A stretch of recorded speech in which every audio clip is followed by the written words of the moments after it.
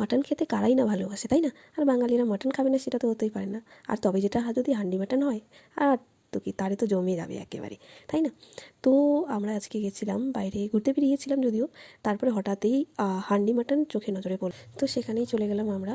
তো গিয়ে দেখলাম খুব সুন্দর, সেটা আমাকে খুলে দেখালো হাঁড়িটা। তো খুবই সুন্দর, এত সুন্দর গ্রেভি ছিল, এত সুন্দর দেখতে লাগছিলো, সত্যি লোভ লাগছিলো। তবে ভাবলাম সারাদিন কিছু খেয়েছিলাম না, আর যদিও খাবো তাহলে আজকে ভাত আর মাটন দিয়েই খাওয়া হবে। তো পুরো হাঁড়ি আমরা কিনেছিলাম না, পুরো হাঁড়ি সেটা 600 কি 700 ছিল। তো সেটা আমরা নিলাম না, আমরা শুধু বাটি হিসাব থেকে নিলাম থালার। তো ভাত নিয়েছিলাম, আর তার মধ্যে আমাদের 3 জনের মাটন নিয়েছিলাম। আর খুবই সুন্দর, এত সুন্দর গ্রেভি ছিল, সত্যি দেখে লোভ লাগছিল।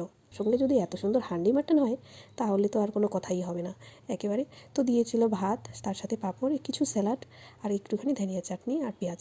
আর এই যে তোমরা দেখতে পাচ্ছ ছোটো ছোটো বাটিতে করে আমরা নিয়েছি মাটন। 2 পিস করে ছিল, তবে যা ছিল ভালোই দিয়েছিল, খুবই ভালো ছিল খেতে।